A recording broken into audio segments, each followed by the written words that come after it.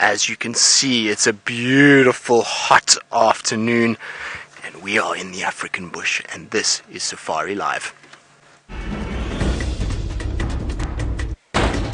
Ready.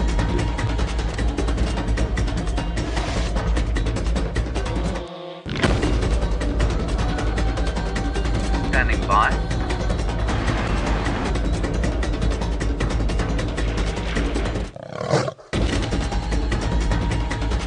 Five, 4, 3, 2, 1. You are live, you are live.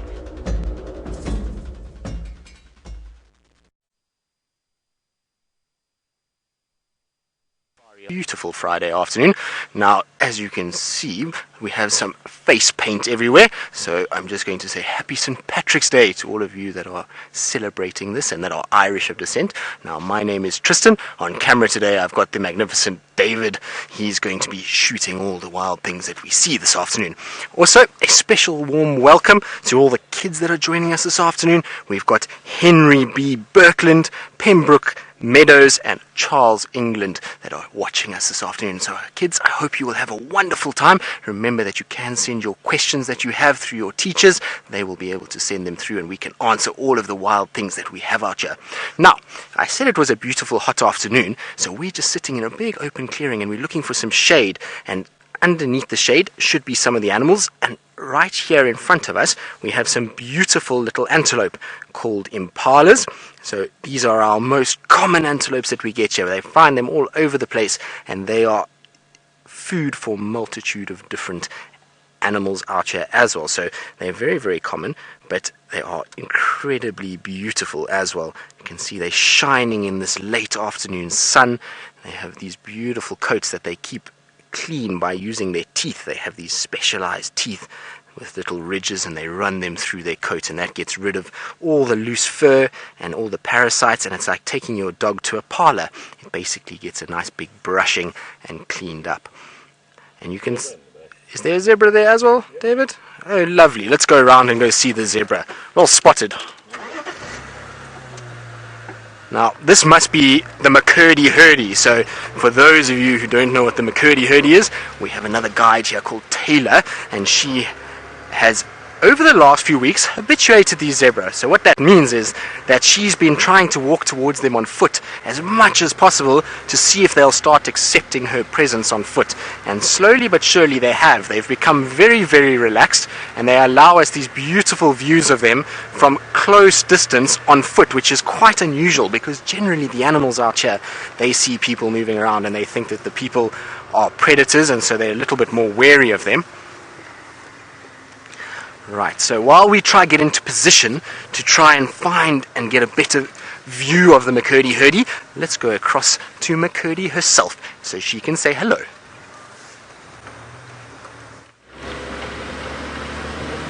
Good afternoon again, and happy St. Paddy's Day to all of you who are celebrating.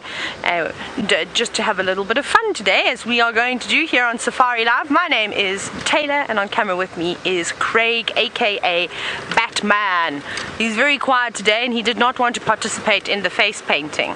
Very, very sad. And I must say a special thank you, little shout out to Rebecca. Got you, girl. Thank you for for painting my face so wonderfully, my pot of gold and my rainbow, and then of course my 4-leaf clover too. It's really wonderful, and now I am feeling lucky. So let's see what we find today. So now, a special welcome of course to all the schools who have joined us. And I hope that you've decorated yourselves today, covered yourselves in nicer paint. I use any excuse that I can to put paint on my face. And hopefully, with my lucky 4-leaf clover, I'm going to find you some animals. So there's a big dam just up ahead, which we're going to go in and have a look. And yesterday, there was a hippopotamus there.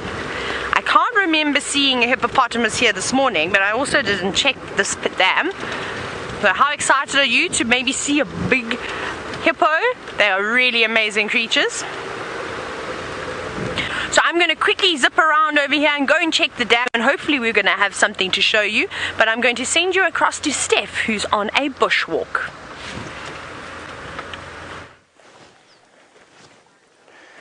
Good afternoon, yes it is Stef and we are on a bushwalk, and as I said that, this massive tree just cracked over here. There's some elephants here somewhere, which is a bit nerve-wracking in bush that's this thick. Come and have a look over there.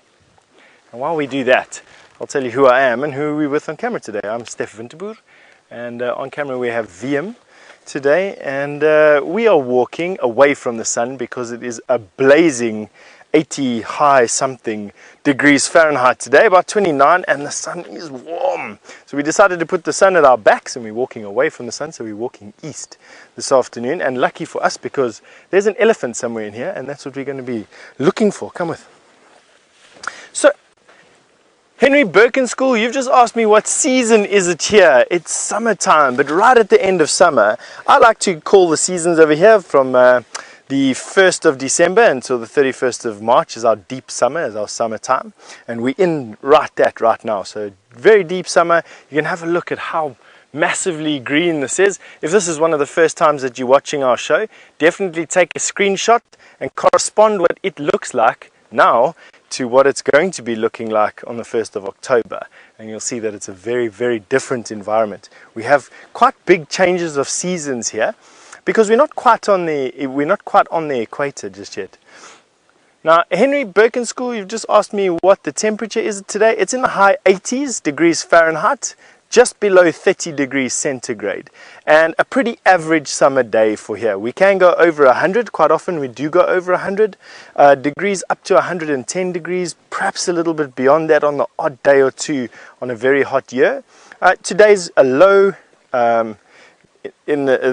an average temperature, but in the low averages. Normally we end up here in the mid-90s, somewhere around there. This year has been comparatively cool actually, compared to the rest of the years. But let's get a little bit closer into the open bush so we can see where this elephant is. I know it's an elephant because elephants are the only ones that crack trees like that, and that's in that particular fashion. They do it so that they can either break a branch off that's sitting pretty high up, and they'll break the branch and it'll make that distinctive crack, and that's to reach the leaves, of course, that's out of reach of their trunk, or they push a tree over and they start to excavate the roots out at the bottom of the tree. Now, rare this time of the year. Normally elephants are eating mainly grass. About 80% of their diet is made up of grass around this time of the year, and it changes as we start going into the winter, into the dry season. Then we will start to get elephants eating mainly woody species of plants, and it'll actually end up being around about 80% woody species of plant by the end of our dry season. What is quite nice to see is we've got some buildup of clouds over there. Have a look at that. That is a buildup of clouds over the Lebombo mountain range, which forms the eastern edge of the Kruger National Park. So as air comes over the Lebombos, it lifts and it condenses, and then we get those clouds, which is good because it maybe means it's going to rain. Alright, that is me to say hello. Tristan also needs to say hello to you this afternoon, so off you go. We'll catch up with you just now. Well, welcome back. We managed to find ourselves a nice shady spot out of the direct sun where we can see these little zebras that are hanging around. Well, these are not little. This is a big adult female in front, and then behind her is a little foal who's quite big already. It's not a tiny baby anymore, but it was quite nice to see. The little foal at one point was sleeping on the back of its mom. It had its head over the back and was having a nice rest. But isn't that absolutely beautiful with those stripes? They are incredibly pretty animals. Now, I think Stef is being very hopeful, thinking about rain. I was just looking over my shoulder because he was talking about it, and I don't see very many clouds, so I think we're being very hopeful for rain, but it would be really nice. A bit more rain would be very welcome, just to really fill everything up.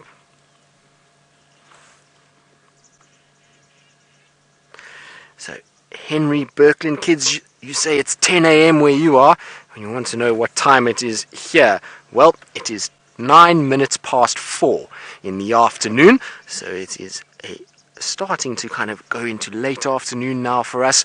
We normally have our sunset at about 7 o'clock, or actually no, now it's a little bit earlier, isn't it, David? It's about 20 past 6 actually, so this is our late afternoon, and it's the perfect time to go out and look for game, because now it starts to get a little bit cooler, and so the animals start to be a little bit more active during the hot part of the day. So from like 10 o'clock in the morning till about now, most of the animals are trying to find some sort of shady area where they can just rest and take it very, very easy. And now as it starts to cool down, they're going to come out into open clearings like we are now and start to be able to graze and look for any sort of food that they can make use of before it gets dark and all the predators start to come out.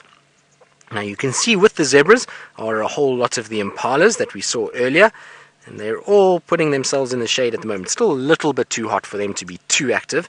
The nice thing is that where they are now is lots of nice green grass under the shade, so they can sit in the shade and still be able to feed.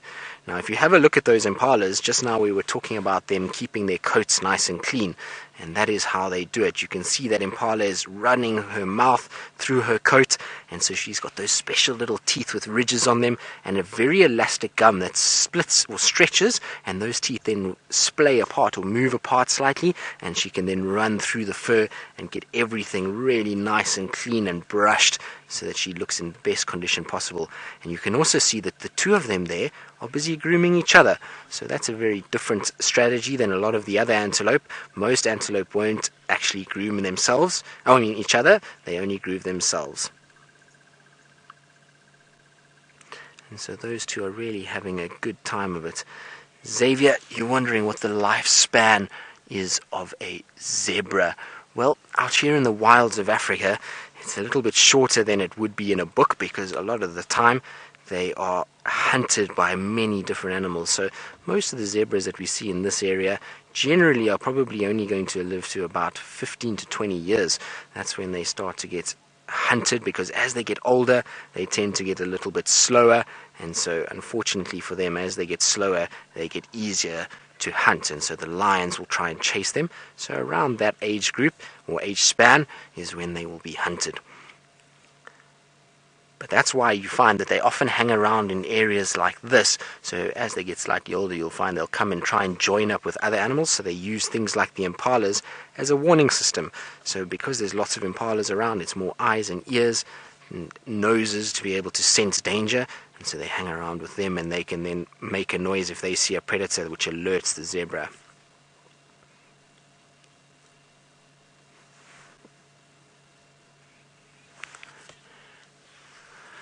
Henry Burton School, you kids are wondering what is the most common animal on the open grassland areas. Well, I would probably say it's a difficult one, because we've got lots of smaller little animals that also run around here, like mice and shrews, which is a type of small little mouse. It almost looks like a little baby mouse with a funny little nose. So there's lots and lots of those. But in terms of big animals that we can see quite clearly, probably the most common one is the one that we're looking at right there, the impalas. They're the antelope that has got the highest number in the Kruger National Park, which is where we are. We're in the Sabi Sand section of the Greater Kruger National Park, and so they are the most numerous animal. We have lots and lots and lots of impalas, and probably the animal we see the most while out on safari. And they like these open grasslands because their number one predator where we are in this particular area is a leopard. Now, the leopards generally like to hang around in slightly thicker bush where their spotted pattern can help them hide away. So the impalas like to spend time in these open grassland areas so as they can stay out of the way of those leopards and not be hunted as much. And they can see, if the leopard does come, they can see from quite far away.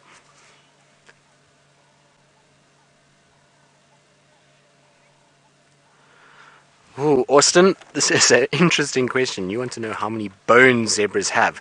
I'm actually not very sure. I will have to check and find out for you and see how many I can find. I'm not 100% sure how many bones are in their body. We'll have to do a little bit of research to see. But that is a very good question. Dave, do you know? No idea. No idea. Dave doesn't know either. No, I certainly am not sure how many bones they have. I will have to do some research, and while we are off air, I will try and see if I can find out how many bones they have.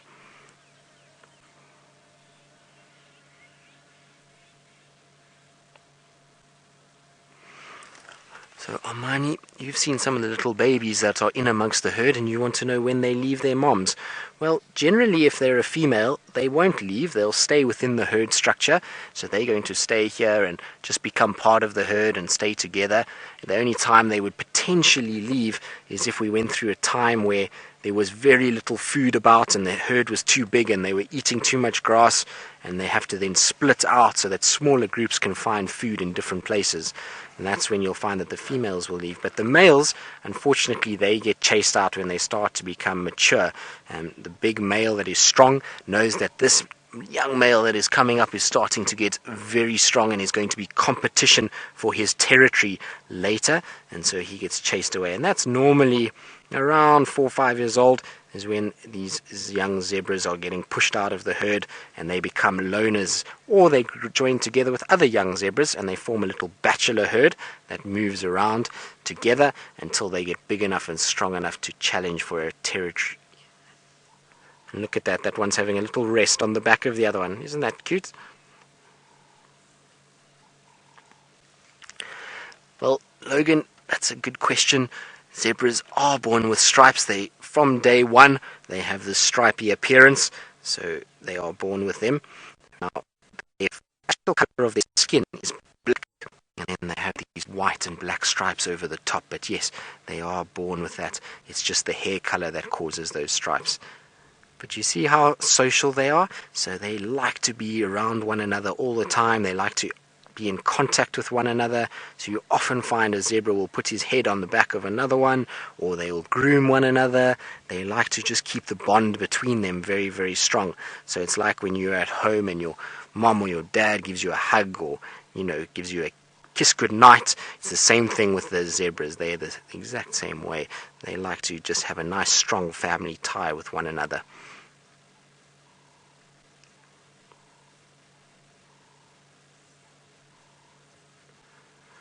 So, Ariana, you want to know how long a zebra gets.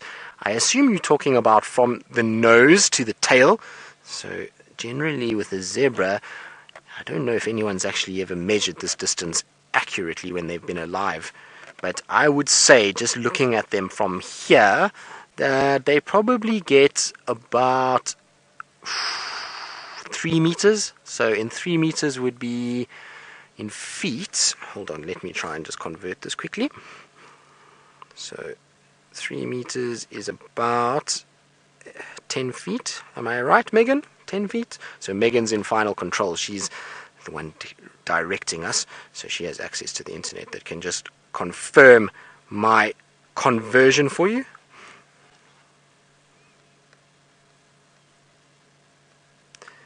My maths is not very good. I was always very poor at maths, which is not very good. So 9 feet 10 inches is what it is, or 9.8 is what Rebecca tells me. So I was close. I said 10, didn't I, David? Yeah, so not too far. My maths wasn't too bad, but that's about the length from, I would say, from nose to tail. You can see how they're all just trying to find a little bit of shade to stay nice and cool. I know Stef says it's not very hot this afternoon, but you can imagine if you're an animal covered with fur, it can be quite warm. It's like if you're at home and you put on a big thick coat and you walk around, it's a lot hotter when you're in the sun than when you're in the shade. So that's why they're trying to find a bit of shade just to stay nice and cool. Once that sun starts to come down and there's this little breeze that starts to blow, you'll find then the animals get used to it, or they start to cool down and they'll come out into the sunshine a little bit more later in the afternoon. Right, so we're going to carry on and leave our stripy zebras in the shade, and while we do that, let's go across to Stef, who I think has found a big, large animal to show all of you. We have found those elephant that's making those noises. And I'm actually quite surprised that you're going from zebra through to elephant, and it's still the heat of the day. It's a lot of activity around at the moment. You'd expect these animals to be lying up in the shade, but they just aren't. So that dappled grey slab of animal that you're having a look at there is a full-grown African elephant. Difficult to say exactly. It's okay, it's coming this way. Alright, we're going to need to move. Okay, let's go up this way to that termite mound. Okay, come with me. We're a little bit close to these Ellies in this type of bush, so we need to just make sure that we get some height. Otherwise we're going to get ourselves into some trouble. So this is our safety point. And this is where we're going to stay. It's in an upwind position of this particular elephant, which means that they won't be able to smell us, but it's never a good idea with Ellies to push your boundaries. This particular elephant probably just heard us. We're going to stay right here. We've got another Djuma mound behind us that we can retreat to if needs be. We're all 100% safe. Let's see if we can see where these Ellies are. There's just that one down there that we can see, just waving their ears. Now, it's very difficult to convey through a screen exactly what it feels like to be with elephant on foot, especially a breeding herd. But I can tell you that it is nerve-wracking. They are the most dangerous animals to be with on foot in the Kruger National Park, and it's because they're clever and they've got an imagination, and because they've got an imagination, I think they can imagine fear, they can remember. There's a sort of herd memory, and definitely, even though the last time elephants were properly hunted for their ivory was in the 1980s through a poaching scourge that happened in the Kruger National Park, there's still some deep memories amongst the older elephant here, and I feel that they teach that fear to the youngsters. Now, this big elephant that we're with now, that we just retreated from, is slowly moving up this way. Let's see if we can get you another view from this side. Come with me. Now, Lyndon, you wanted to know what the coolest thing about elephants was. I think it's their trunk. Don't you think it's their trunk? I think that appendage, that trunk that hangs down, has to be one of the most fantastic things about an elephant. It's like a giraffe's neck, or you can just see, let me show you that. It's like a giraffe's neck, or a zebra's stripes, or a lion's mane, or for that matter of fact, a leopard's eyes or a leopard's tail. They just seem to be, it just seems to have a life of its own. And what we're looking at there is the tail of that big elephant that we were with. We're probably about 70 yards or so away from that elephant at the moment, and although we're in no danger where we are right now, it was just a good idea just now for us to just retreat to a safe place and just take it easy rather than hard. Now, Roo, you want to know how much an elephant weighs? Well, the heaviest elephant that was ever measured weighed around about 10 tons, which is about 20,000 pounds, just over 20,000 pounds. The elephant in the Kruger National Park, the biggest ones are between 4 and 6 tons. So you're looking at around about 8 to 12,000 pounds for an elephant. And the one that we're looking at now, that big one over there, is probably in the region of about 3.5 tons, so about 7,000 pounds. I'm roughly doubling it. A pound is about, or there's 2.2 something pounds to a kilogram. I'm sure you can find that out for yourself, but you can work it out. So between 4 and 6 tons is the average in the Kruger National Park for a big elephant. The biggest elephant ever recorded was over 10 tons, which is a massive, massive animal. Definitely the largest land mammal to walk the planet at the moment, and really, really, really massive. Now we got some noise happening over here. Oh, it's just an elephant down there. If you come and stand here, come and look through that branch, you'll just see the flap of an elephant's ear. That's probably about 100 yards away. Now, Taylor, you wanted to know how tall an elephant gets. They stand roughly 3.5 meters at the shoulder.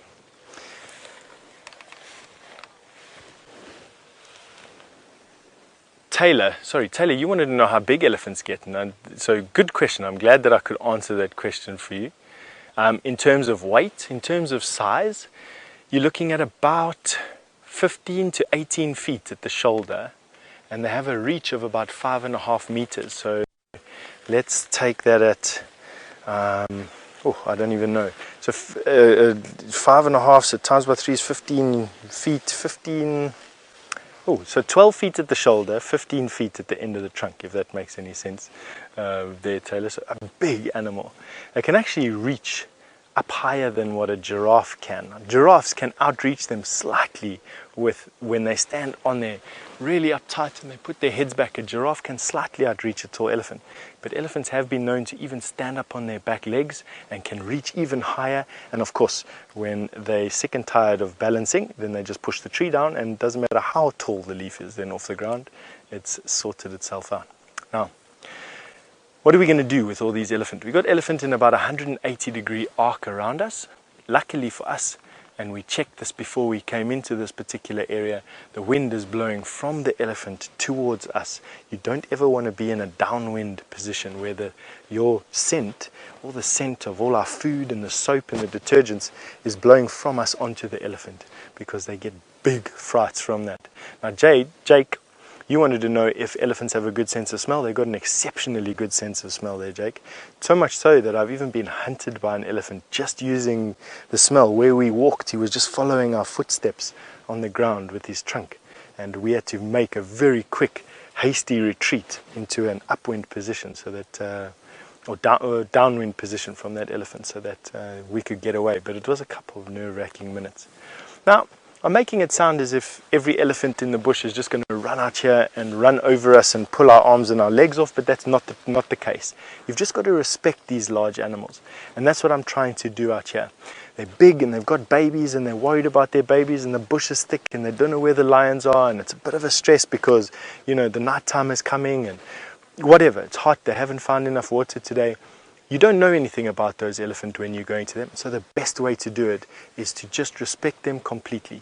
So give them a lot of space and make sure that they understand that you're just there to watch, and we move off if they do find us. But from the looks of things, these elephants don't even know we're here. They're not running away, they're not trumpeting, all good.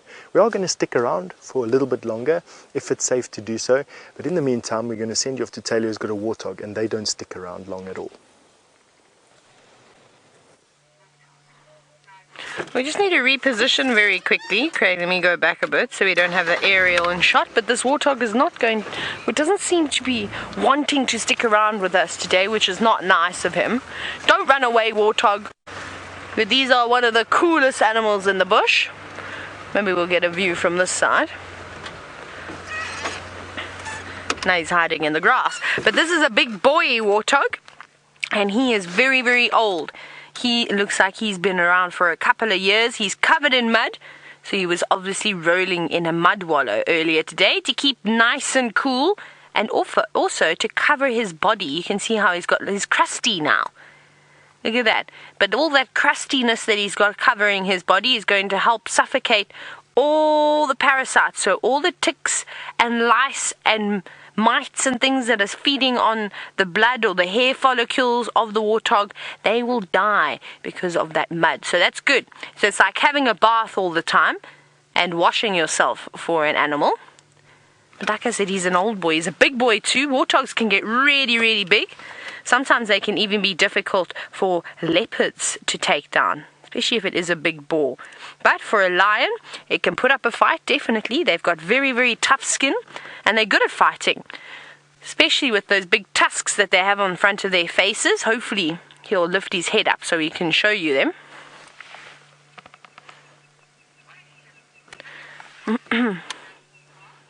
Now, hello, Luke. You're wondering how big the national park is. Luke, in total, the animals have got 8.5 million acres of land to roam around on. So we aren't able to drive on all of those 8.5 million acres of land. But the property that we drive around on is about 130,000 acres of land. That's around here, but it's open to the Kruger National Park. Now, he's going to be very careful, this warthog, because he's on his own. And unfortunately, warthogs are not the most, well, how do you say, vigilant. So they're not very good at looking around and keeping an eye out for predators, for lions or for leopards. He's going to be quite skittish and he won't stay around for very long. And he's just about to disappear. And off he goes in the long grass. Let's go see what's up ahead in the dams. Now, Andrew, you're wondering how fast can a warthog run?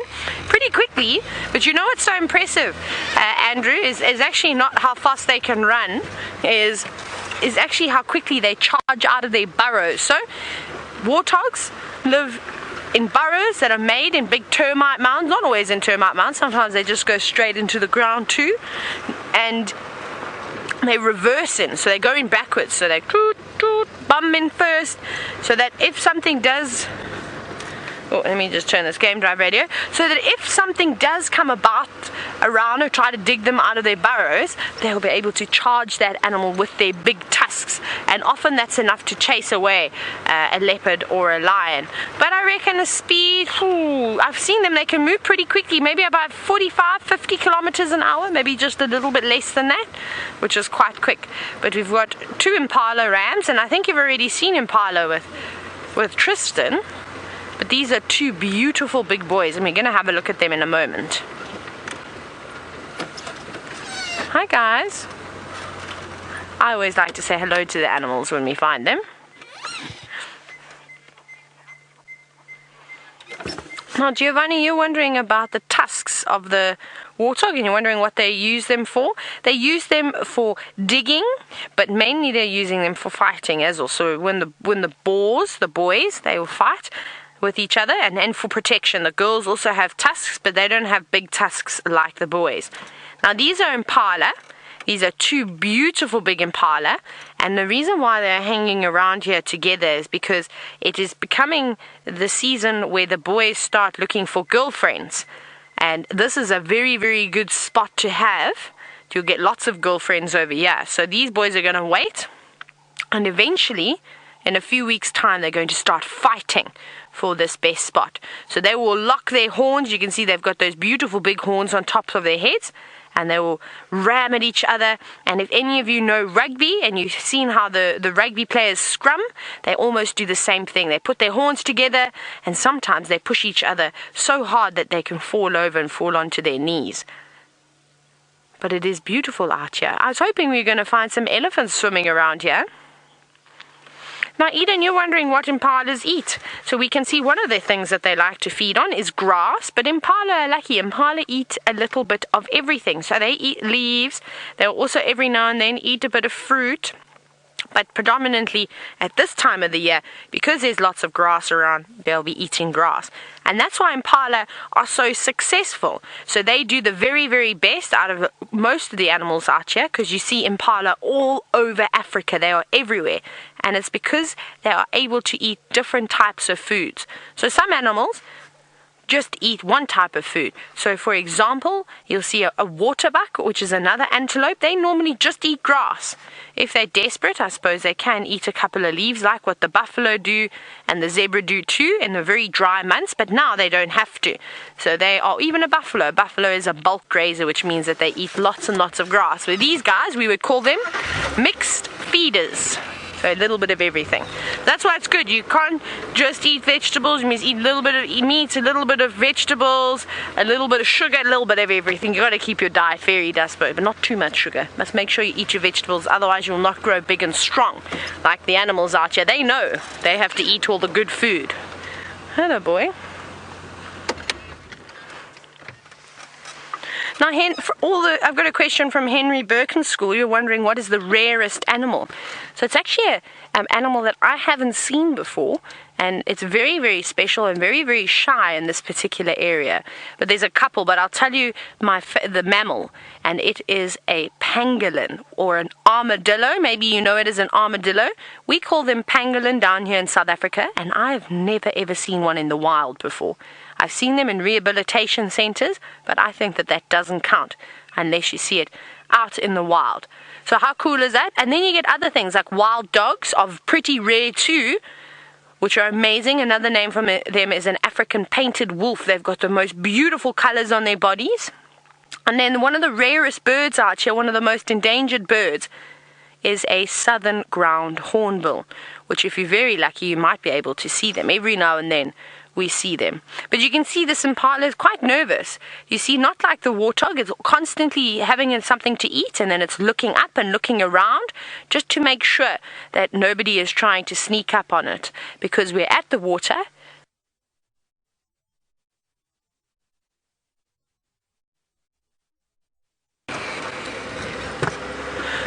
So speaking of elephants, We're going to keep searching for ours, so let's go across to Stef now, who's patiently waiting to spot one that he's got near him.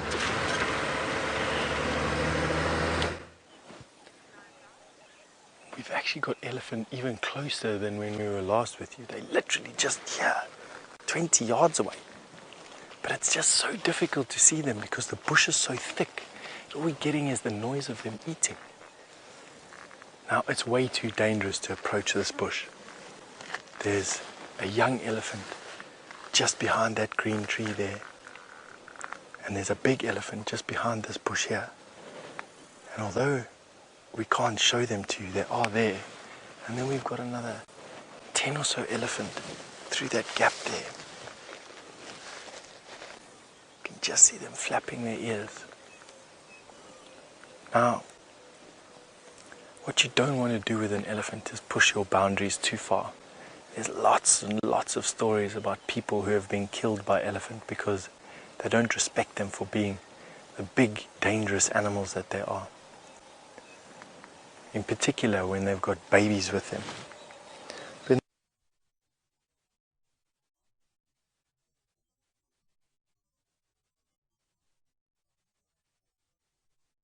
We miss these elephants coming to sneak up on us. An elephant can do a lot of sneaking. They've got soft feet like the bottom of your feet. If you take off your shoes and you feel your foot, that's what an elephant's foot feels like, with the exception that they're almost entirely covered with a little bit of callus.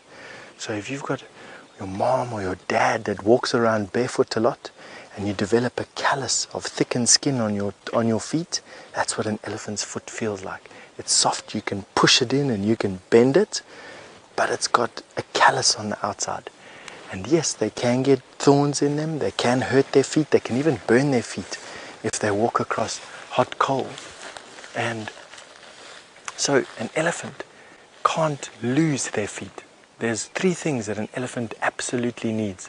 They need their trunk to work, they need their ears to work because that's how they cool themselves down, and they need their feet to work because obviously they can't walk around with all that weight on damaged feet. So those 3 things are vital to elephant.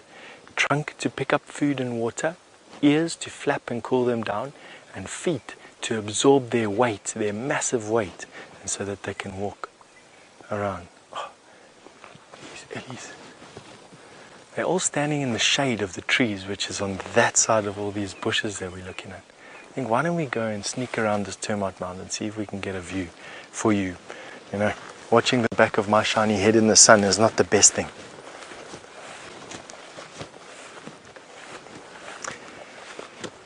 So Davia and Nico were wondering if elephants have any predators. Yes, they absolutely do. Elephants have lions will prey on elephants. Even a hyena will prey on young elephants, but lions in particular. And then, of course, for the last many thousands of years, we have been preying on elephants. We've been shooting them for their meat and their tusks for centuries upon centuries, thousands and thousands of years. So we definitely prey upon elephants. Not so much lately in these modern times, but believe me, elephants still view people on foot with a lot of fear. Ah, there we go. That's how close these Ellies are. There must be about 10 or so elephant there. That's a big one.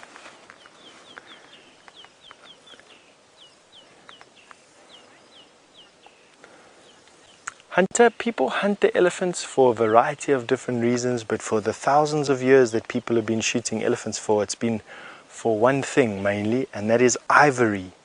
The elephant's tusk, or their tooth, is made of a substance called ivory, which is just a very dense enamel, similar to the teeth in your mouth right now.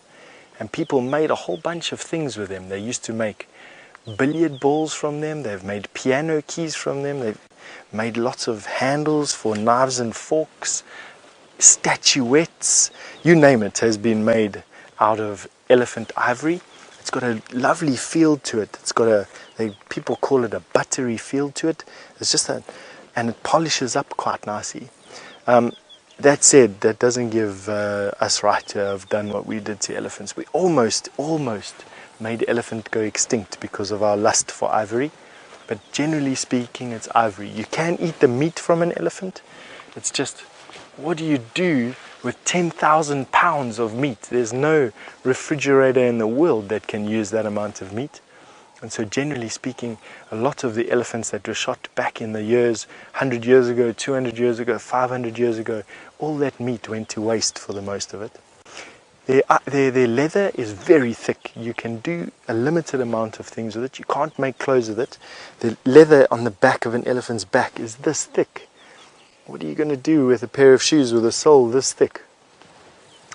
Anyway, so for the most part, they've been hunted for their ivory, and what we'll try and show you here, if we can, is what ivory looks like.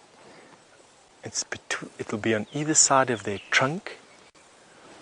Difficult with these elephants in this particular bush. I'm not going to go any closer than I am at the moment. It's just way too dangerous.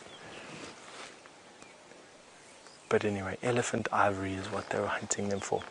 Alrighty, why don't we send you over to Tristan for an update. If anything changes with these elephants, I'll get you back.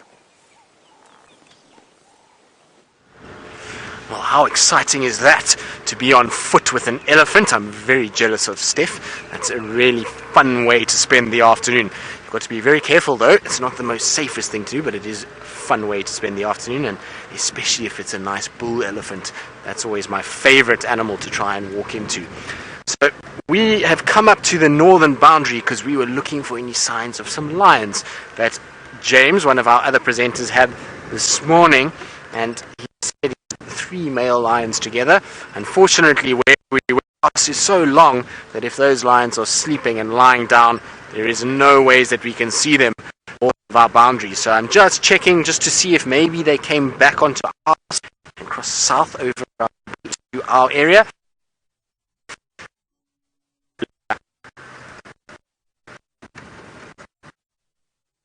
A bit of a bad signal area, which means that I'm going to have to try get through this little dip. But before I do that, let's go across to Taylor and see what she's doing.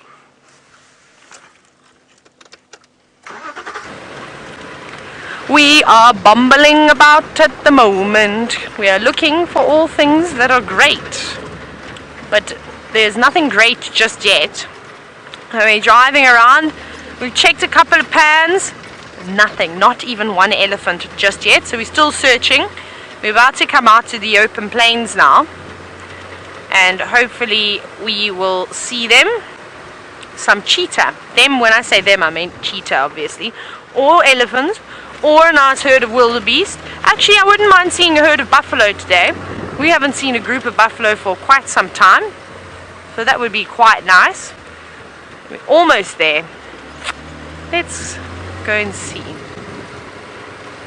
I really hope though that we bump into some swimming elephants. Maybe we'll get lucky on Chitwa a bit later.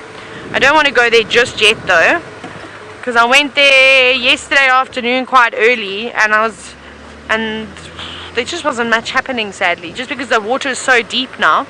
I'd rather wait for the hippos as the sun starts to set, when they get a bit more active, and then we'll be able to go and have a look at them, and hopefully they will be splashing about.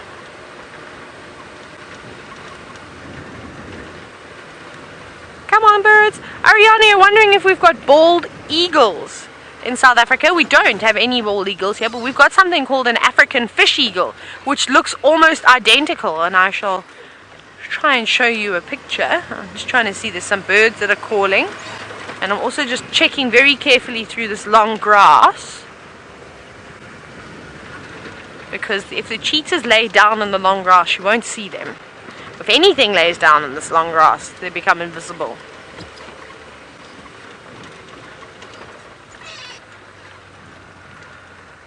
Right. So unfortunately, that's all the time we have for all the schools today. Thank you so much for joining us, and we hope that you enjoyed it. And it was a little bit quiet with animals today, but that's just how safaris go sometimes. But we will hopefully see you all soon. So a big thank you and a big goodbye from the whole Wild Earth team.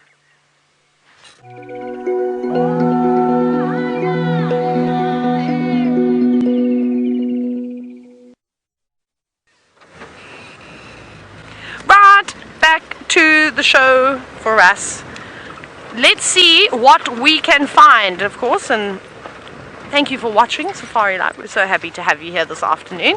Now, Craig and I are trying to keep our hopes high, and hopefully my lucky four-leaf clover will actually bring us some luck and find us some animals. So we'll hopefully find some elephants or something along those lines. But like I said, if you've just tuned in, welcome to, of course, Safari Live. This is a live interactive safari, and my name is Taylor, and on camera with me is Craig. Stef is out walking about with vim, and well, there's only one person left, which is Tristan and David, who are on the other car also searching. Now, I'm not sure what their plans are. I know that Tristan said he was going to try and follow up on the Birmingham boys. I think it's also been quite a while since he's seen them, and maybe he'll pop into Arathusa a little bit later. Craig and I are just going to have a quick look. Okay, there's nothing here, which means that we need to go down the cut line now, and I think we'll go and actually check the Djuma dam. And if we aren't lucky there, then I'm afraid we're going to have to leave Cheetah Plains, and we might have to go drive around on Chitwa, and then perhaps pop back in to Djuma a little bit later. It seems as though we're just missing all the animals this side. Goodness gracious, there's lots of doves today. Dove City, all flying around. Alright, let's go see. Now, if you do have any questions for us, please hashtag Safari Live, or if you're getting ready for the St. Paddy's Day, maybe you've got an event a little bit later, we'd love to see your costumes, so you can also send them through to us, and hopefully they'll be a little bit better than ours. We're lucky to have Megan's face paint. Thank goodness for Megan's face paint.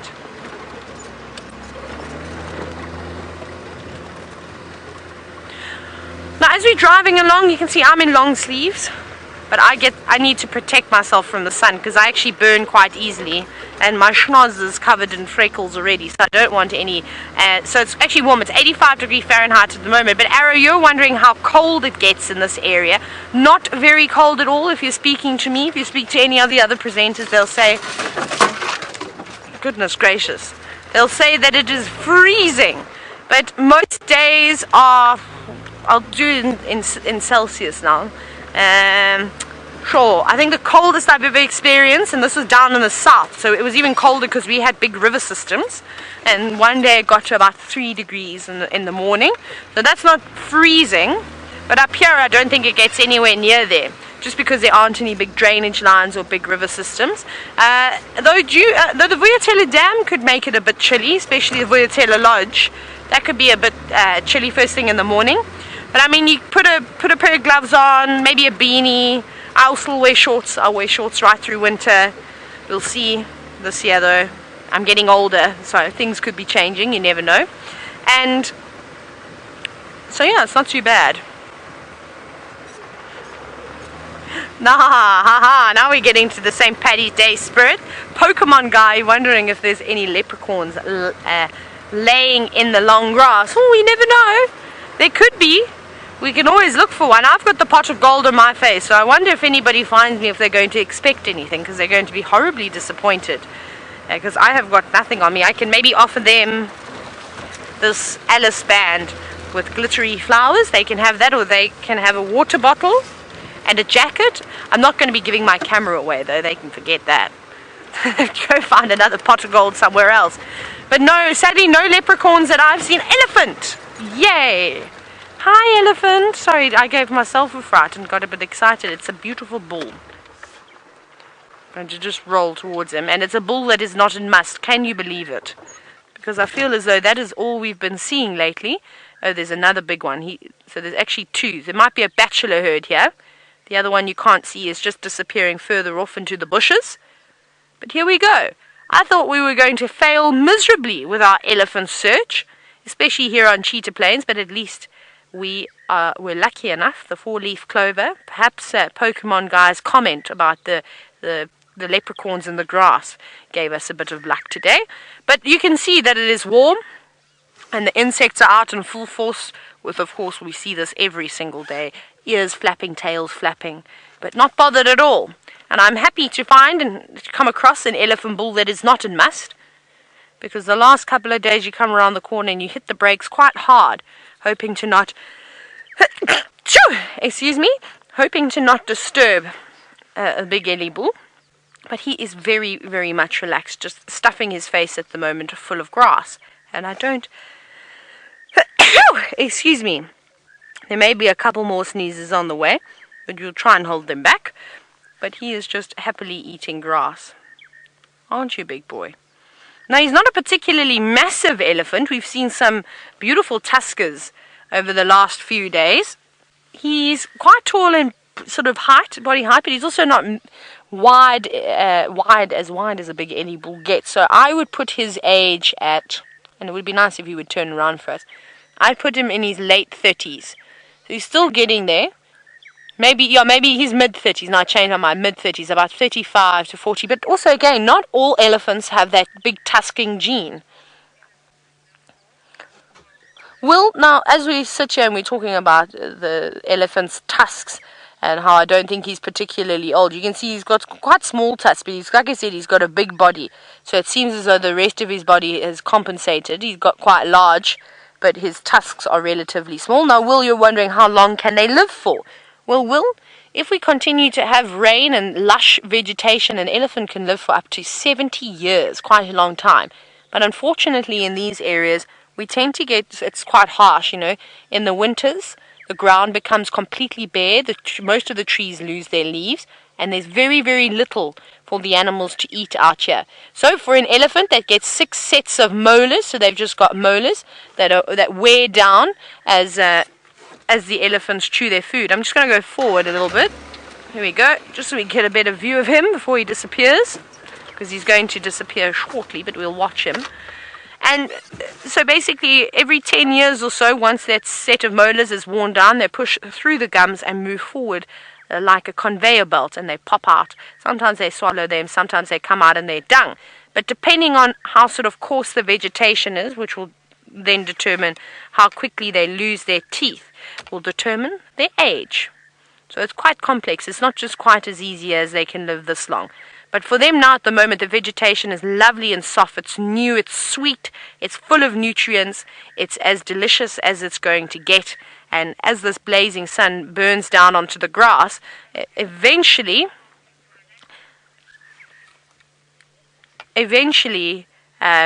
sorry, Megan, I don't know, was that for me? I don't know, Megan said something to me, but I'm not sure if that comment was actually for me. Anyways, but yes, the grass is going to become yellow and quite dry and coarse, and then it's not going to be too wonderful for them to eat. I think a whole herd has actually come through here. It seems as though a whole herd of elephants has come through here, and those are the bulls that are tailing the herd, obviously looking for a female and estrus that they could potentially mate with. But we're going to keep searching. Hopefully we'll find a bigger herd of Ellies. Let's go back across to Stef and see if he's managed to see that Ellie that was hiding in the grass.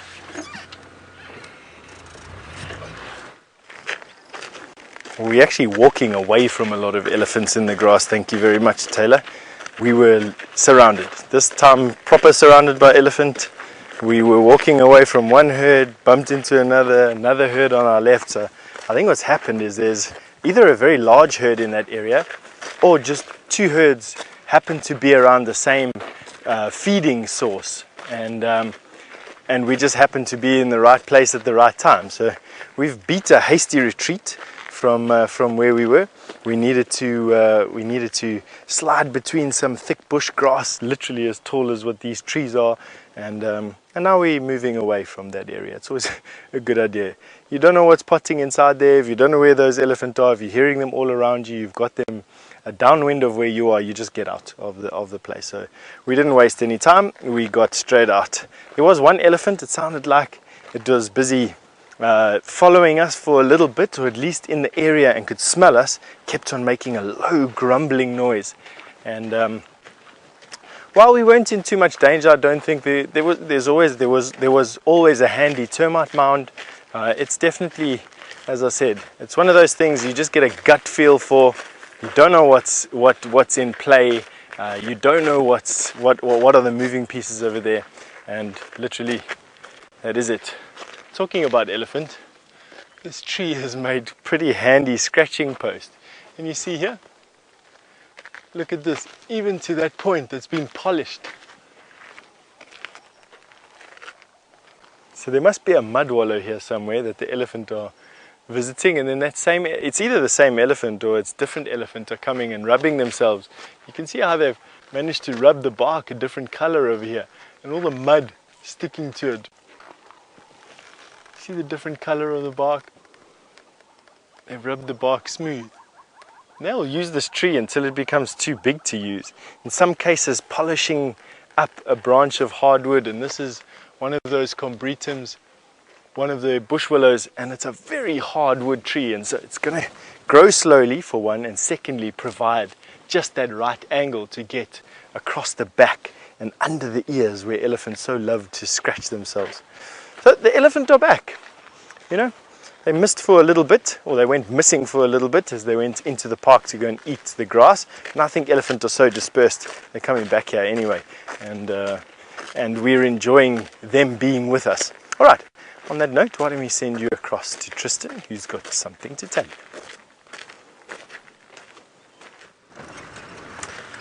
Good afternoon, everybody, and welcome back to our vehicle. So, for those of you that have just joined us, my name is Tristan, and on camera today I have Dave, and we are busy looking around on the northern side of Djuma. We're looking around for any signs of the Birmingham boys from this morning that James had. So far, not too much luck. I think they might still be just north of the boundary, and so we haven't seen any signs of them yet. But given that it is quite a warm afternoon, I would imagine that they are probably sleeping somewhere and having a little nap under the shade of a tree, and that they'll start getting going a little bit later. But it is a beautiful, beautiful afternoon. We've lost that sting of the summer now. We've kind of got these beautiful days. It reminds me a lot of spring. It's those kind of October, September days where it's very, very warm, but the afternoons it cools down to this beautiful temperature, and it's nice clear skies. It looks really, really is quite pretty out here.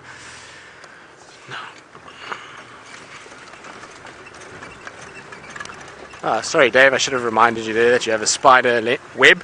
We are driving a road that I don't think has been driven for a few days. It looks like the tracks were from maybe yesterday or the day before, given that there are hyena tracks over the top of the vehicle tracks, so that would tend to suggest that somebody hasn't been here since last night. And so what you often find is the bark spiders, they build their webs across the road overnight, and then when we come along in our big vehicle, the spider web sticks to everything, including myself and Dave's lens. So I do apologize if there are a few webs every now and then. But given that it's quite warm, we've been checking also all the water holes on this northern side. So we checked around Guarry Pan, we checked around Buffelshoek Dam, and there was very little actually at the water, which surprises me. I would have thought in weather like this with nice bright sunny conditions and warmth that we would find things like Ellie's and buffalo going down to have an afternoon drink, and if not them, the waterbuck.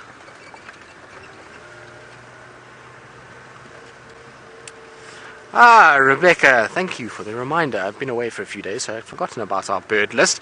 You want to know how my bird list is going? Well, it was going alright. Last week we had some good birds, but I'm actually not sure what I'm currently sitting on. I don't know who's actually been keeping track between Taylor and I, but I'm not 100% sure who is keeping track of what's going on, so I'm not sure actually. But it was going well. Last week, like I said, we saw some good birds, and today I haven't actually really been focusing on them, but I think I shall get back into it. I'm sure Taylor has caught up a little bit in the 2 days since I've been away. I'm sure she's had a few good birds, so I shall have to get my birding eyes out and start looking for some more. It's also getting to that time of the year now where a lot of those migratory birds that are quite common in the last month or two and easy to find are starting to become less and less and less, and a little bit tougher to find. So things like the woodland kingfishers and the cuckoos, their numbers are going to be getting smaller and smaller, and so best to add them to the list now before they disappear. And in fact, actually today I don't think I've heard a woodland kingfisher calling. Dave, have you heard a woodland kingfisher? This morning did you hear one? Yes.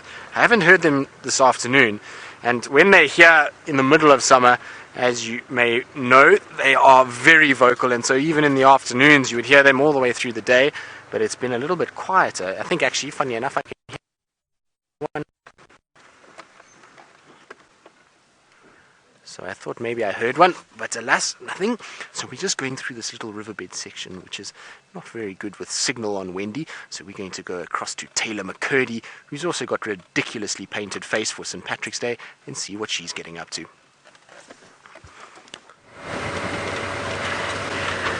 That I do, Tristan. I have indeed got a ridiculous painted face.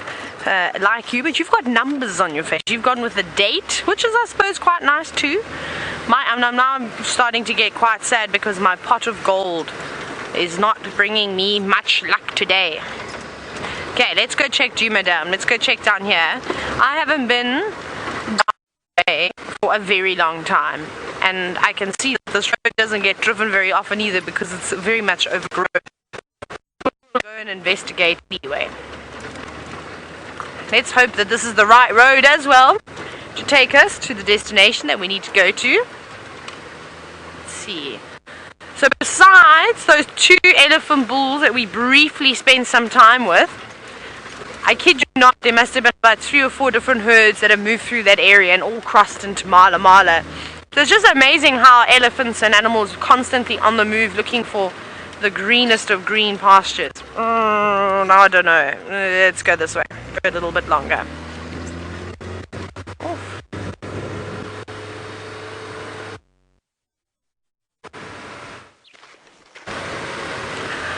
James, you're wondering if there are any emerald spotted wood doves around for St. Patrick's Day. That we can try and arrange.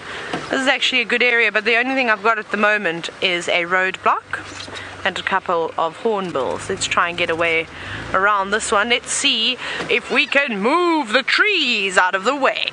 Okay, this is nifty, my favorite trick, because we got a big bull bar.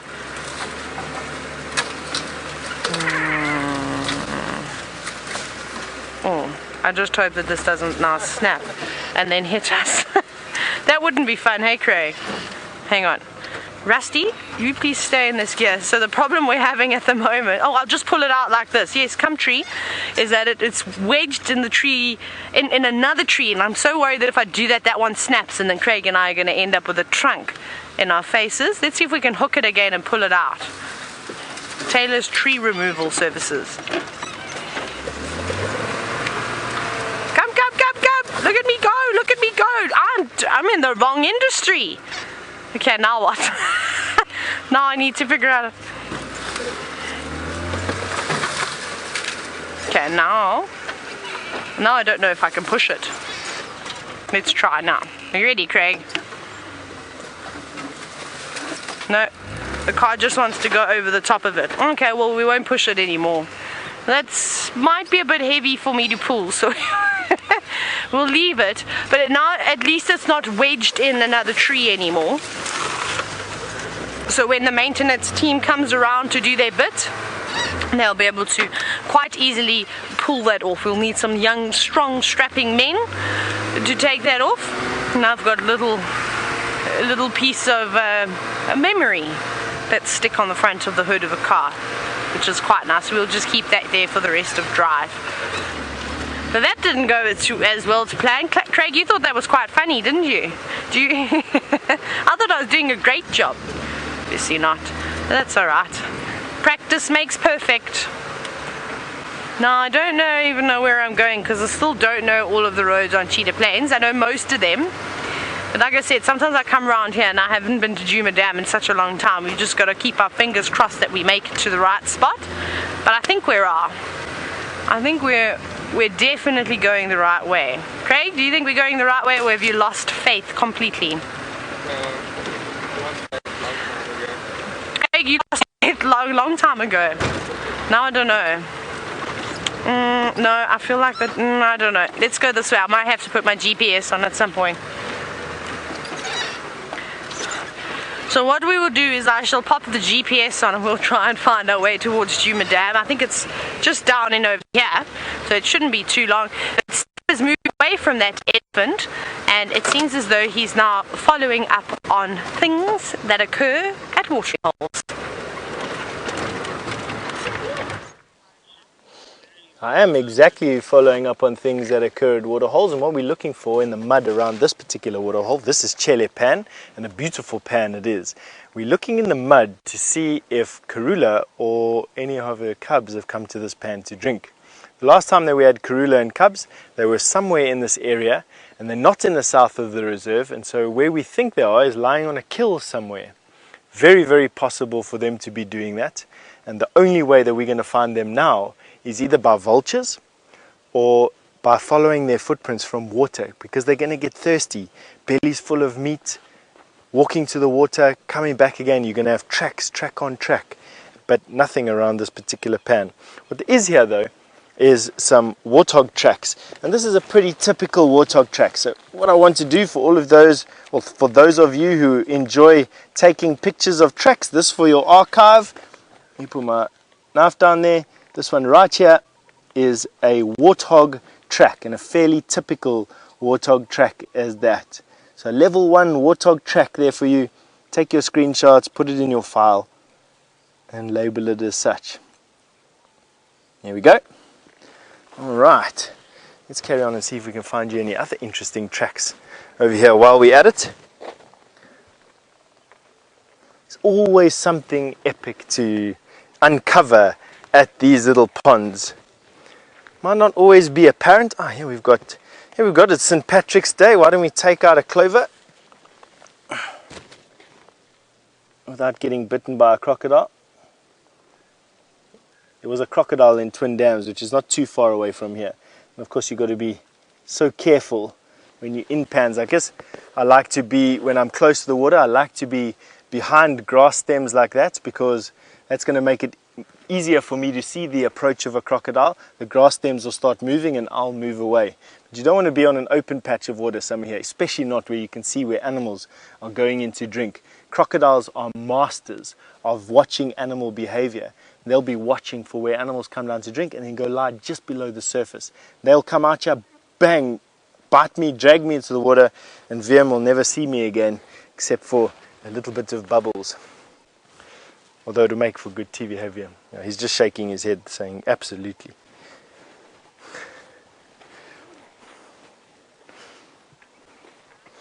Ah, Juliet, you've asked a question that's close to my heart here. Are there any crayfish that we find in these pans? Juliet, unfortunately South Africa does not have any indigenous crayfish. We do have a lot of indigenous crabs though. So there are a lot of indigenous crabs that we find out here, but no indigenous crayfish. We do have invasive species of crayfish though. So in the Komati River, which is not too far away from here, let me just get my bearings, east, west, south and east. In that direction there, by about 200 miles, we find a river called the Komati River, and that is covered in a crayfish that comes from Australia called the red claw, which is a shiny electric blue crayfish that grows to about that size, and with these big red claws, the bottom claw, and that is all over the place over there. It was introduced, I can't remember when, probably 1997, 1999, somewhere around there, and a flood that we had in the year 2000 broke the aquaculture facility that the crayfish were in, and it flooded the rivers, and they've been doing quite well down there. Hopefully not too well in years to come, and we can control them. It's an interesting track here. Come and have a look. There. Here you can obviously see that something was in the water over there. I was still trying to decide whether that is, I think it's a track. It's so difficult to see. So this is an unknown for me at the moment. It looks like something's been collecting mud here. You can see from the way that these, but I think what's happened is this warthog that is here has stepped into the mud to have a drink. Here he stepped onto probably a piece of this elephant dung, and it stuck to his hoof, and he then pulled it out. I don't think that this is where anything's been collecting. What do we have here? Look here, we've got a trap jaw ant, my favorite ant. Let's come to say hello. Closed his trap jaw there. Let's see if he opens up his trap jaw. There's a colony, the largest colony that I know of is not too far away from here, and there's every expectation that this trapjaw ant is actually from that colony. What that trapjaw ant is looking for primarily is termites, And you'll see, hopefully when he comes out of this track, you'll actually see him set his trap jaw, and you'll see his jaws wide open. Where's he gone now? Busy digging around inside there for something. Alright. Well, that trapjaw ant is not wanting to play games with us now. We're going to carry on our search for Karula and her 2 cubs. Hopefully we can pull her out of the bush before the end of drive for you. You're off to Tristan, who's managed to find some hyena.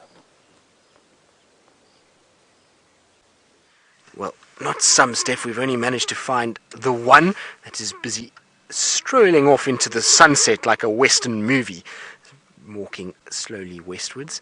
Now, I can't see exactly who it is. It was a very brief glimpse of big ears against a very bright sun, so quite tough to actually see which hyena this is and whether or not it's even a male or female, given that, as you can see, the bush is quite dense and thick.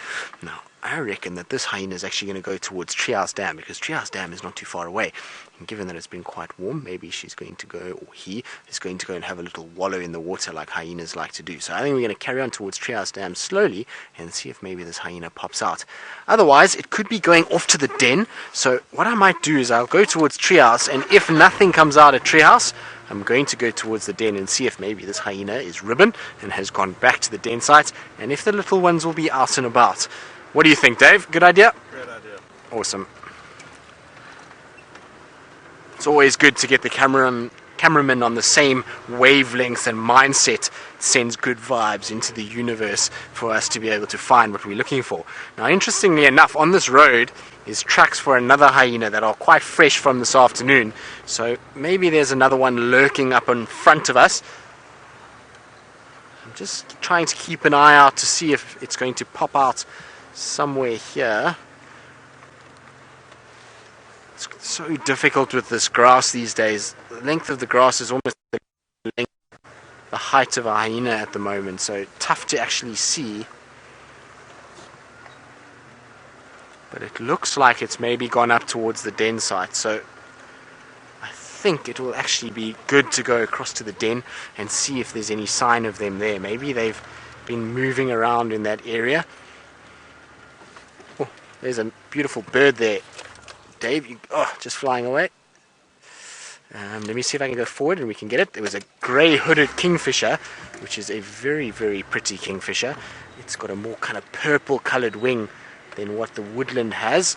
And so we are doing our bird list. I did get a grey-hooded the other day at Chitwa, so this would just be... Dave, can you get it across over the top of that tree? Maybe if I go forward a little bit.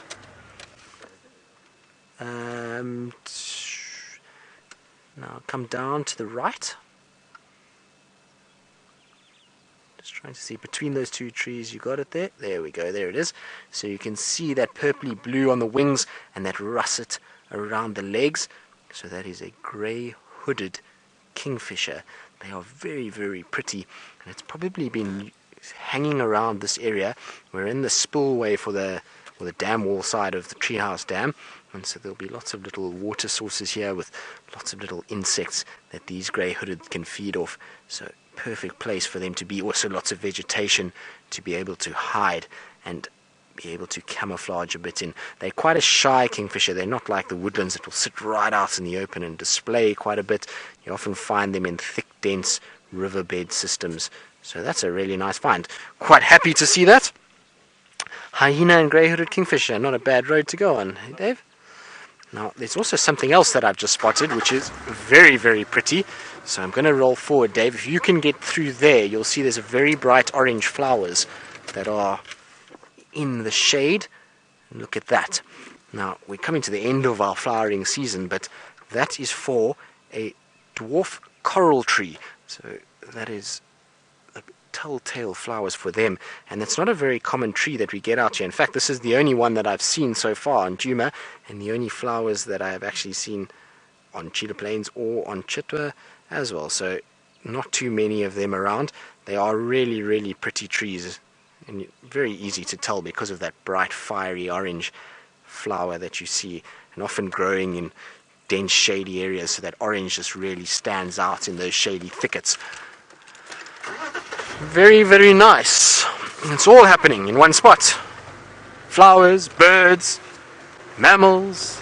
Amazing. It's a Friday afternoon, going down to the local for St. Paddy's Day.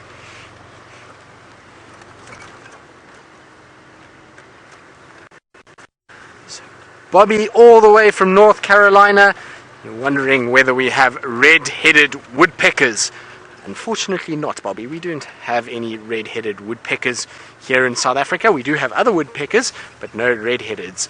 So we have cardinals, golden-tailed, Bennett's, bearded woodpecker, and then if you go a little bit further away from here, up onto the escarpment, onto the Lubombo Mountains that Stef was talking about earlier with the clouds, you'll get olive woodpecker up there. So there's a few different woodpecker species in this immediate vicinity, which is perfect. Now I believe some of the viewers were talking, now we're on to birds, and it's like I was saying, everything's coming down to Treehouse Pan for a afternoon drink, and it's St. Patrick's Day.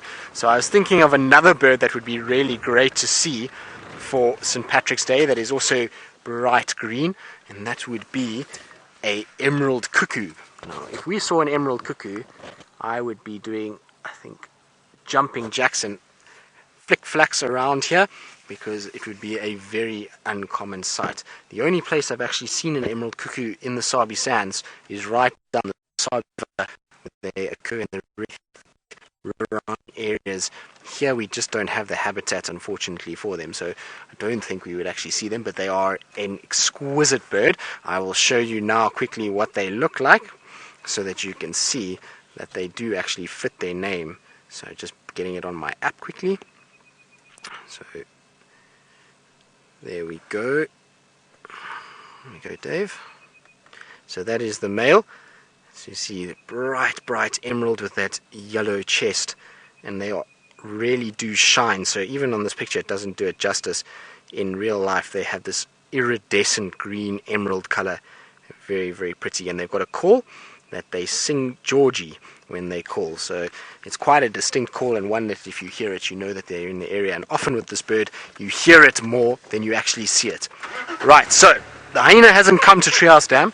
I think it's maybe turned up towards the den site. So I'm going to go around there and see if I can find this hyena, and hopefully it will be ribbon at her den site with her little ones. And while I do that, let's go across to Taylor, who's all the way on the eastern boundary. And I'm sure she's looking for maybe the two cheetah brothers.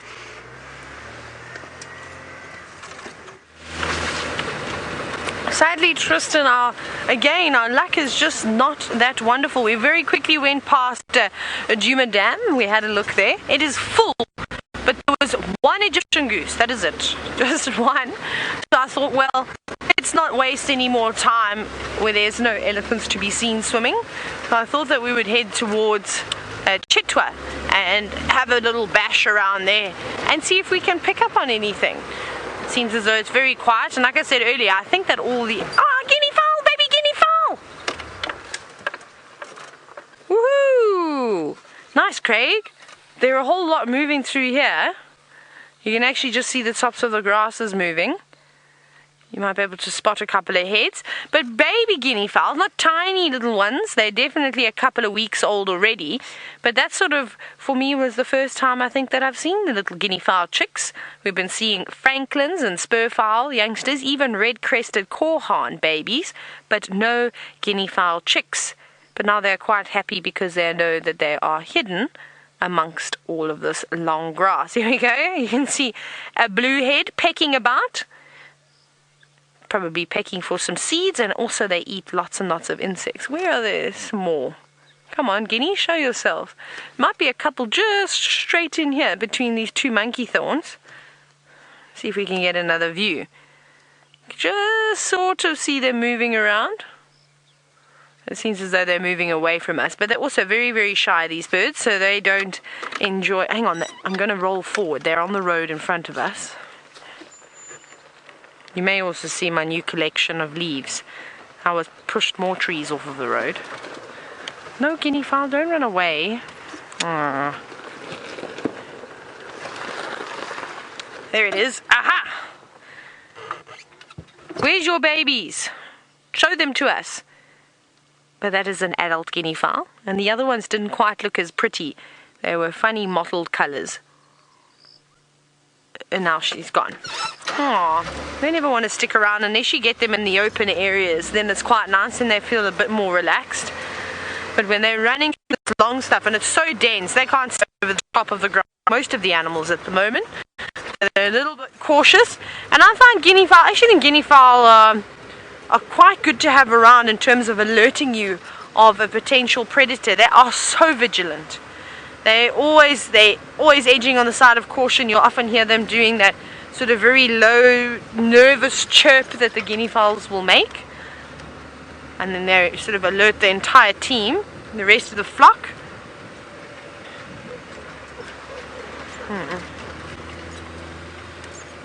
Now, Rebecca, you're wondering what type of guinea fowl they were. So we get the crested, a guinea fowl, which you see sort of north of South Africa. In Zambia we saw the crested, and then down here the ones that we were looking at were the helmeted, a guinea fowl. And then I've seen at a bird sanctuary before a vulturine guinea fowl, which I unfortunately don't have a picture for you because it doesn't occur in southern Africa. So if you can get a picture, if anybody can maybe search the World Wide Web quickly for a picture of a vulturine guinea fowl and just share it with everybody by hashtagging Safari Live Mongoose. Look at the little mongoose. This is something that we haven't seen in such a long time, is a dwarf mongoose, because they're always hiding away. And there's some squirrels. They just ran. Now the mongoose is chasing after the squirrels. That was fantastic. Okay, we're not going to keep you too much longer from Stef because he seemed to have got another view on foot with the elephant. Look at this huge elephant bull that we had come sneak up on us. We literally didn't even see him until he was 10 meters away from us. He's just walked past us now, head up on the road, now walking past. We're just standing here in the sand looking at him. We are going to follow him a little bit up the road. We're going to give him a little bit of space. But we are going to follow him up the road because there's a big pan there, and I think he's going to go and swim in the pan. He might give us a bit of a chance to see him over there actually, which would be quite nice. Now with bull elephant, not the same as with herds of elephant. You just make sure there isn't another one here. But you can join them for a bit, especially here in the Sabi Sand. So here he is, he's still walking in the road. Let's have a look at him over there. You just got to make sure that you've always got the safety first. So what I'm looking at, and I'm looking at to see if he cocks his head either side to us. So we're at a safe distance now. Let's see what he goes and does. He's obviously in the area for those herds of elephant. He wants to go and see what females are in the area. So as long as we keep this distance, you can see he hasn't turned around at all. Just make sure there's no other Ellies here. Always just full respect for these massive animals. Okay, you see how he stopped? And he's listening to us now. He's just looking where we are. So just want him to get that space again. He's carrying on with, doesn't look like he's going to the water. Although, let's give him the benefit of the doubt and see what's happening. Come along.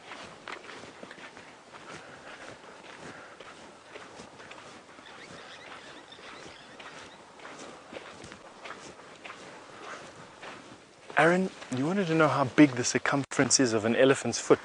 Aaron, it's completely variable depending on the size of that animal. I can't see this Ellie anymore. Let's just go this way. Okay, there we go. He's just walking off into the distance over there. We're just going to give him his space. We're not going to follow him anymore into that thick bush. Actually, I suppose we could get a little bit closer. He's stopped there. So Aaron, it depends. Really, it depends on the size of the elephant. I would say that roughly about 1 meter to 1.1 meters. So about 3 feet, 4 feet, maybe at its biggest for the front foot. The front foot has the widest diameter. The back foot is more oval and elongated. And there he stands over there, just busy listening to us. So just get into the open here and we'll be able to see him one last time.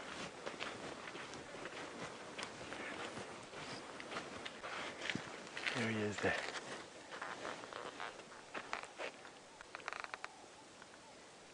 So he can hear us. We've got no real safety where we are now. That's him testing the wind. So it's not for us. He's deciding on where he wants to go. I've started to whisper because he's obviously looking for something. We don't want him looking for us. But he's smelling something. That is how an elephant smells. Sticks his trunk up in the air like that. Ears wide. There's some indecision there. Look at his body language. Swaying from side to side. He's made up his mind. And he carries on with his day. I'm looking at his tail. His tail is relaxed. You don't want an elephant with a stiff tail. With a tail cocked to the one side. There he moves off. What a fantastic sighting of a massive bull elephant. Really can't get much better than that, I'll be honest with you. Wow. And he literally came out of the bush. He was dead quiet. We saw him at 20 yards away from us. It was the first time we even heard of anything. Turned around, there's this big elephant just watching us like this. We then moved out of the way. He was wanting to walk where we were standing. We moved out of the way. He carried on his path. And we followed him for a little bit. And he's now stopped, stood. He smelt something or heard something that was worrying him in that direction. And he's now changed direction and walked off in that direction. What could worry an elephant? Lion, perhaps a bigger elephant. Maybe he heard some other. There he is over there. He's doing a full, complete 360. He's definitely not hunting us, but he's definitely not walking in the same direction he was. He's now walking back in the direction he came from. Alright, and we're going to make our way out and let that elephant carry on with his day. He's heading in the direction of that herd of elephant. I'm going to send you over to Tristan with those hyena. Indeed, Stef, so we've come to the den to try and see if there's activity, and look, the two little ones are being quite boisterous this afternoon. They're out of the little hole and they've been over and running over Mom and leaning on her and been grooming Mom's face, and now she's just settled down to be able to start suckling. Now, I don't think Ribbon was the hyena that we saw earlier. She doesn't look the same. This hyena, or Ribbon that we see here, is quite slim and slender, whereas the hyena we saw just now looked like she had quite a belly on her. So I think it's a different one, and maybe that hyena will also show up here shortly, which would be incredible if we got to see another hyena at the den. I actually have a funny feeling that this is not the only den in the area. I think we've got another den site not too far from here, maybe south of where this den is, because the amount of hyena tracks that I saw on the road from this afternoon is pretty incredible. There's hyena tracks going up and down all over the road. So I think maybe there's another den where the rest of the clan could potentially be. So I think the next time I'm on walk, or I'm going to ask Stef to try and see if he can see anything south of us from where we are now. But you can see the little ones are starting to become very used to us. For the first few times we saw them, they would just sit by Mom and they weren't too playful, but now they're starting to get quite investigative and they're moving around quite a bit and chasing one another, and lots of little games starting to happen. And aren't they sweet? Look how pretty they are. No, you're not going to be able to suckle from that side. You're going to have to go around, little one. Now, I'm hoping that this little one's going to be greedy enough to try and go over Mom and go... no, Mom has ruined the game. I was hoping that she was going to try and lean over with her head and the whole backside was going to go over the top. It's quite funny when hyenas do that. Now, I wonder... Oh, Ribbon seems to be going to go find somewhere else to go lie down somewhere else in the grass. It's not going to be ideal for us if Ribbon lies in the grass because it's so long that we won't be able to see the little ones. So I'm hoping she comes back towards the hole again. Now, I believe lots of you are very excited to see the little babies, and it is exciting indeed. I haven't had a very good sighting of them yet, so this is the best sighting I've had, and they are cute little things. They really are bundles of joy, and the hyena den is just the best place to spend time, particularly when they're active like this and the little ones are moving around. I can see they're becoming a lot more adventurous and they're moving all over the place. One has gone around the back of the den and is moving there as well, so they're starting to explore their area, which is great because they're going to get more and more used to us, and the more that they do and the more that they explore, the more comfortable they'll be about coming a little bit closer and seeing what we are and not being so worried about us. Now I'm just going to wait for them to settle down again and let them start suckling before I actually move the car, because as soon as I move, I'm pretty sure the little ones will go scurrying into their hole. At the end of the day, that's their defensive mechanism. They know if there's any strange sound or something that they have to worry about, they go bounding towards the hole where they go and hide. But isn't that sweet?